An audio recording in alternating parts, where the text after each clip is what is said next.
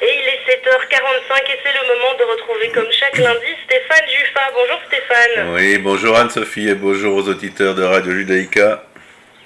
Alors on l'a dit, c'est jour d'élection à Métula dans votre village de 1500 habitants qui jouxte le Liban. Quelle est l'ambiance ce matin?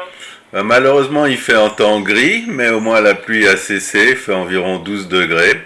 On vote à côté de l'école du village, à 500 mètres de la frontière libanaise, c'est pas loin, et à 900 mètres des premiers miliciens du Hezbollah. Mais je vous assure, Anne-Sophie, qu'à part les soldats, personne n'y pense ce matin. Les abords du local, je suis allé voir, les locales de vote sont investis par les stands des partis, surtout avec des enfants dedans, avec des t-shirts aux effigies des candidats et des panneaux, des posters avec les mêmes effigies. L'ambiance dans un petit village comme le nôtre est évidemment bon enfant, puis c'est aussi une occasion de rencontrer les copains et de s'attarder devant le local de vote.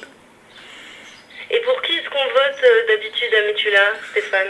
Métula est une implantation qui a été créée par le baron de Rothschild il y a près de 120 ans pour une population à l'origine d'Europe de l'Est. Donc c'est une localité d'Eshkanaz plutôt bien lotie, des gentlemen farmers. Et donc on y vote traditionnellement pour les partis progressistes. Ici le Likoud n'a pas de chance de gagner. Ça fait longtemps que le Likoud n'a pas gagné à Métula. Je pense qu'ils l'ont même jamais fait. Et puis à l'inverse de cela, à Kiryat Shmona, dans la vallée du Jourdain, à 10 km de l'endroit d'où je vous parle, ben c'est le contraire. C'est une ville beaucoup plus grande, de 25 000 habitants, peuplée d'émigrés venus du Maghreb. Et là-bas, Gantz n'a aucune chance d'arriver en tête ce soir. On se rappelle, Stéphane, que lors des 2 derniers scrutins, la MENA était l'un des premiers médias, le premier média à donner les résultats exacts après la fermeture des urnes. On ne vous demande pas le résultat des élections ce matin, évidemment difficile de le savoir, mais juste de savoir si Israël aurait potentiellement un gouvernement dans les prochains jours. Malheureusement, ça m'étonnerait fortement, Anne-Sophie. On risque d'avoir un copier-coller des élections de septembre parce que chaque parti, chaque bloc a sa clientèle. Ça se voit très bien dans les sondages, malgré le fait qu'on l'a dit souvent à notre antenne à Bruxelles, mais tout là, les sondages en Israël n'ont jamais donné les résultats des élections depuis au moins 20 ans. Donc chaque parti, chaque bloc conserve sa clientèle. Les changements, c'est un siège, 2 sièges, 3 sièges qui passent d'un côté à l'autre, d'un bloc à l'autre. La seule différence peut-être Anne-Sophie, c'est que Binyamin Netanyahou va se retrouver devant ses juges dans 15 jours pour y répondre de charges pénales. Et il faudrait vraiment qu'il remporte la majorité des sièges aujourd'hui à la Knesset, donc plus de 60 sièges pour s'en sortir cette fois, parce que sinon les observateurs ne voient pas comment il pourrait survivre politiquement à ces élections. Et puis, on le répète, ça a déjà été dit ce matin, mais c'est quand même très important. Israël n'a pas de gouvernement élu depuis un an. On n'a pas de parlement, on n'a pas de budget qui a été voté depuis une année, et ça ne peut pas durer éternellement. Alors on s'est habitué à vivre dans ces conditions, je dirais presque à survivre politiquement et économiquement pour tout ce qui dépend du domaine public, mais ça ne peut pas durer. Il faut qu'Israël retrouve une gouvernance normale et sereine. D'autant plus, Stéphane, que c'est un peu spécial. Ce matin, les canons tonnent pas loin de chez vous. Effectivement, Anne-Sophie, alors on en parle moins, enfin les autres en parlent moins, nous on travaille énormément là-dessus. C'est la guerre ouverte à 250 km d'ici entre la Turquie et les forces gouvernementales syriennes dans la région d'Idlib et d'Alep. Et encore beaucoup plus près de nous, à 25 km de l'endroit où je vous parle, la rédaction, eh bien les sunnites se sont soulevés depuis hier dans tout le Golan syrien, où ils combattent l'armée gouvernementale de Bachar al-Assad. Vous suivez évidemment la situation sur ces fronts, j'imagine. Où en sommes-nous ce matin, Stéphane? On va faire en résumé, le reste sera dans les bulletins de la MENA durant la journée et toute la semaine, et probablement aussi lors d'interventions sur Radio Judaïka. À Idlib, dans le nord, on craint surtout un affrontement direct entre les Russes et les Turcs. Leurs aviations bombardent les mêmes villes, mais les camps opposés, et les avions se croisent des fois à 100 mètres, et c'est un miracle jusqu'à maintenant qu'ils ne soient pas tirés dessus. Alors, c'est une guerre ouverte, Anne-Sophie, il y a déjà 1000 morts dans les 3-4 derniers jours. Les Turcs sont à l'offensive, ils ont progressé au sud de la poche d'Idlib hier d'une vingtaine de kilomètres, puis ils ont abattu 3 avions de Bachar al-Assad. Ça c'est pour le nord. À 25 km de chez nous, à 25 km de la frontière israélienne, la rébellion syrienne a pris les camps de l'armée gouvernementale, donc la rébellion syrienne qui était endormie ces 2 dernières années, elle profite du fait que l'armée gouvernementale et les Russes sont occupés avec les Turcs au nord pour relever la tête. Donc ils ont pris ces camps, ils ont chassé l'armée gouvernementale d'une bonne partie du Golan syrien, depuis la frontière jordanienne jusqu'à peu près 45 km de Damas. Au moment où on se parle, eh bien, ils se battent au corps à corps dans une petite ville qui s'appelle Salamine, qui est juste en face d'Israël, de Kounetra, et le sort des armes est encore indécis, Anne-Sophie. Et cette guerre civile qui reprend dans le Golan syrien, c'est du sérieux? Pourquoi est-ce qu'on n'en parle pas ou peu qu'on n'en a quasi pas parlé ce week-end, à part à la MENA, notamment ici sur Radio Judaïka? Oui, c'est parce que l'information est saturée, Anne-Sophie. Le monde est devenu fou. On travaille jour et nuit, on n'arrive pas à raconter tout ce qui se passe dans la région, parce que ce qu'on peut encore ajouter, c'est que, bien entendu, les Israéliens profitent de la situation en Syrie, du fait que les Turcs, les gouvernementaux syriens, les Russes sont occupés, ça laisse les Iraniens, le contingent iranien à découvert. Donc Israël, évidemment, renforce ses positions stratégiques. Chacun essaie bien sûr de tirer son épingle du jeu. Donc tout le monde se fiche en fait du Golan syrien, et à part nous, aucun journaliste n'a envie de s'y risquer. Qui voudrait risquer sa vie dans la profession pour raconter ce qui se passe entre les rebelles sunnites dans le Golan et l'armée gouvernementale? Et puis, il faut le dire, ça a été dit, mais là je le prends à titre personnel, il y a le coronavirus, on a 10 cas en Israël, des milliers, on parle de 5000 personnes qui sont placées en quarantaine, c'est énorme. Alors oui, je vais aller voter, je ne suis pas du tout stressé, j'ai pas peur, mais dans le local de vote, je ne serrerai pas les mains et je ne m'approcherai pas de trop près des gens. Comme tout le monde, j'ai pas envie d'être malade, et ça, que ce soit ici ou chez vous, ailleurs en Europe et dans le monde, ça va être aussi notre quotidien. On va devoir apprendre à se protéger, et comme beaucoup d'Israéliens, on va faire attention. C'est vrai qu'il n'y a pas de danger imminent et extraordinaire à l'occasion de ces votations, mais on va quand même côtoyer d'autres gens, et je vous assure que les journalistes de la MENA vont prendre leurs précautions, parce qu'on n'a tout simplement pas envie d'être malade. Et ces journalistes d'Amena ont observé aussi un taux d'abstention qui effraie tout un chacun pour ce troisième scrutin. Ben, on peut pas encore le dire, hein. On peut pas encore le dire, Sophie, parce que les locaux de vote viennent d'ouvrir. À Metula, ce sera comme d'habitude. À Metula, les gens veulent être de bons citoyens.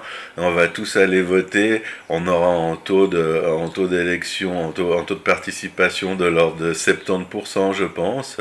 Je suis pas d'accord avec la lassitude que les autres commentateurs ont décrite. Je pense que c'est un jeu démocratique normal. On a deux blocs qui sont quasiment de force égale, et on a forcément des sympathies pour l'un des deux blocs. Il y a de très grosses différences entre ceux qui votent Benjamin Netanyahou et ceux qui votent pour Gantz. C'est une mentalité qui est différente, c'est aussi lié aux origines, on en a déjà parlé. Et par exemple, pour moi et pour les gens que je connais ici à Metula, c'est important d'aller voter, c'est important qu'il y ait une décision, c'est important qu'il y ait un bloc majoritaire, et surtout c'est important qu'on retrouve une certaine stabilité politique. Ça, c'est certain, une bonne façon de clôturer cette chronique. Merci Stéphane Juffa d'avoir été avec nous ce matin. On vous retrouvera bien sûr pour suivre avec intérêt lundi prochain la suite de ces élections, pourvu que vous ayez raison et que les gens se soient déplacés aux urnes, mais également la situation à la frontière avec la Syrie. Très belle journée à vous. Bonne semaine à vous tous en Belgique et à Bruxelles.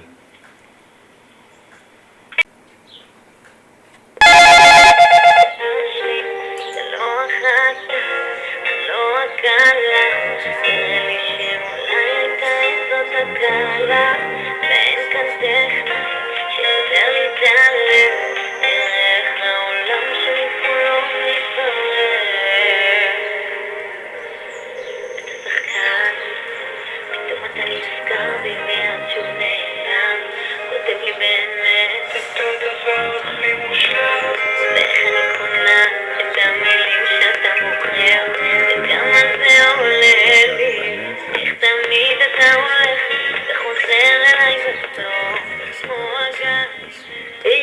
11h45 et c'est le moment de retrouver comme chaque lundi Stéphane Juffa. Bonjour Stéphane. Oui, bonjour Anne-Sophie et bonjour aux auditeurs de Radio Judaïka. Alors on l'a dit, c'est jour d'élection à Metula dans votre village de 1500 habitants qui jouxte le Liban. Quelle est l'ambiance ce matin ? Malheureusement il fait un temps gris, mais au moins la pluie a cessé, il fait environ 12 degrés. On vote à côté de l'école du village, à 500 mètres de la frontière libanaise, c'est pas loin, et à 900 mètres des premiers miliciens du Hezbollah. Mais je vous assure Anne-Sophie qu'à part les soldats, personne n'y pense ce matin.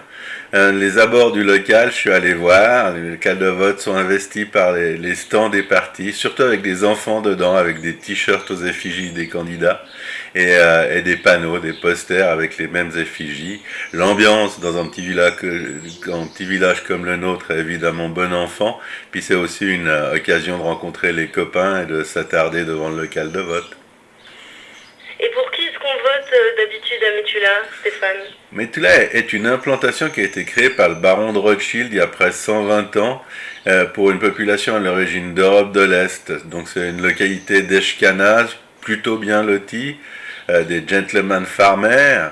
Et donc on y vote traditionnellement pour les partis progressistes. Ici le Likoud n'a pas de chance de gagner. Ça fait longtemps que le Likoud n'a pas gagné à Metula. Je pense qu'ils l'ont même jamais fait.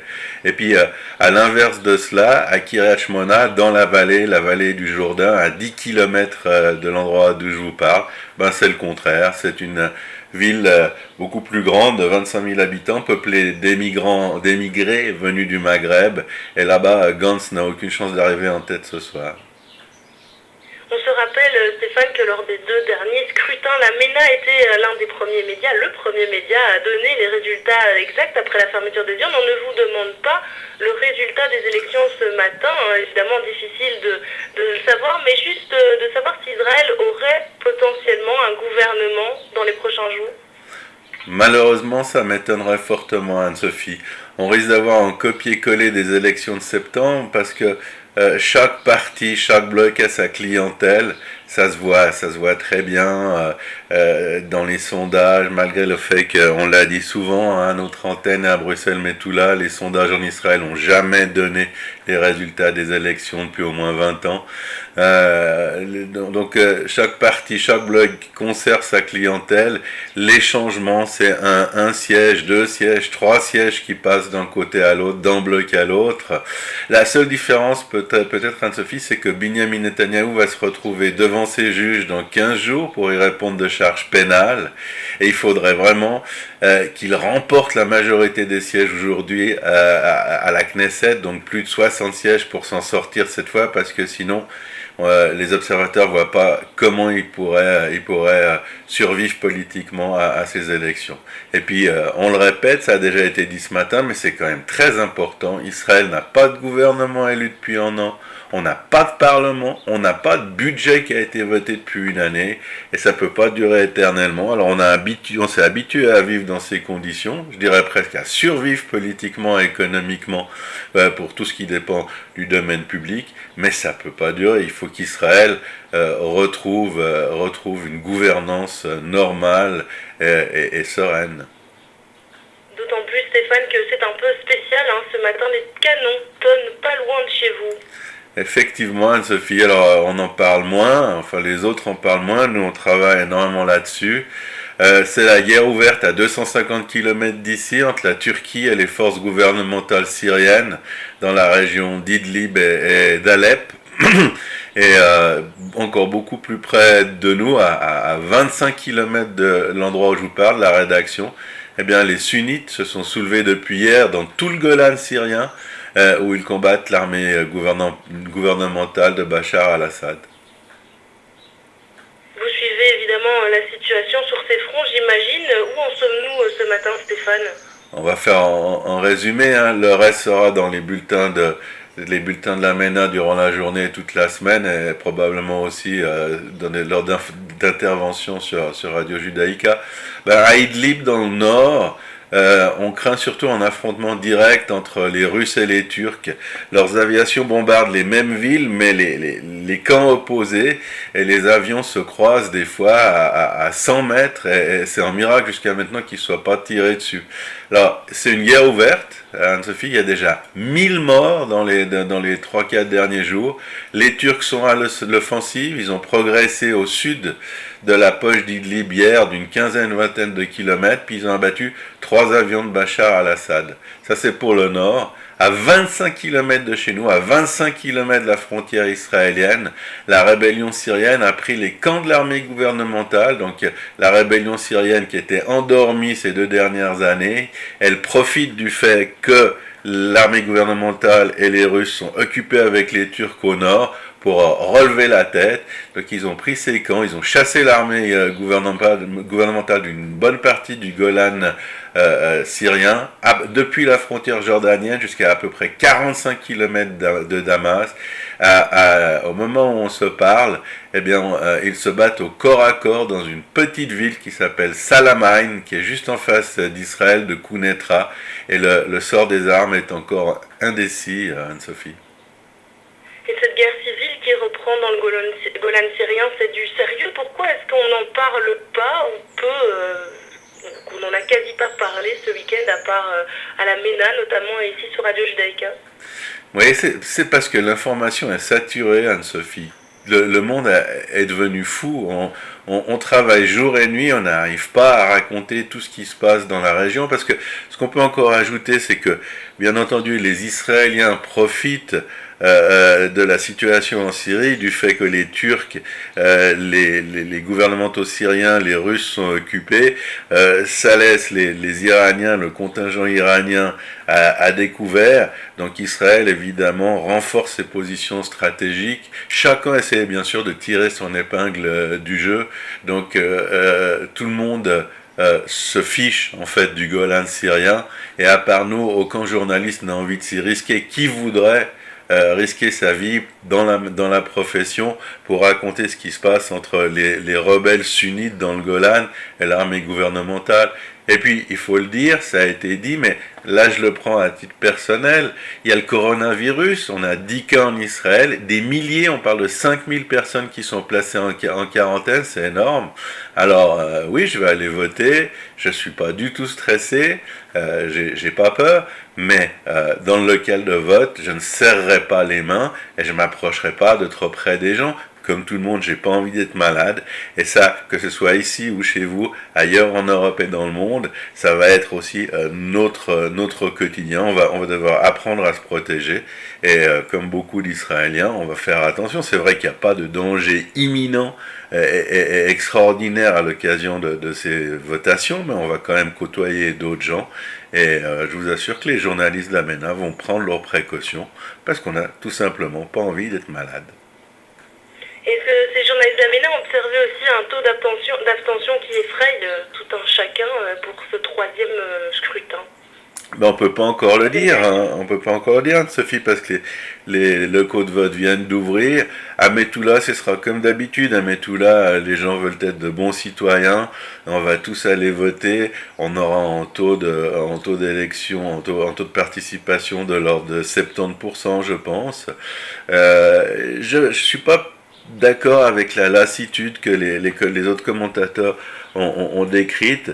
Je pense que c'est un jeu démocratique normal. On a deux blocs qui sont quasiment de force égale, et on a forcément des sympathies pour l'un des deux blocs. Il y a de très grosses différences entre ceux qui votent Benjamin Netanyahou et ceux qui votent pour Gantz. C'est une mentalité qui est différente, c'est aussi lié aux origines, on en a déjà parlé. Et par exemple, pour moi et pour les gens que je connais ici à Metula, c'est important d'aller voter, c'est important qu'il y ait une décision, c'est important qu'il y ait un bloc majoritaire, et surtout c'est important qu'on retrouve une certaine stabilité politique.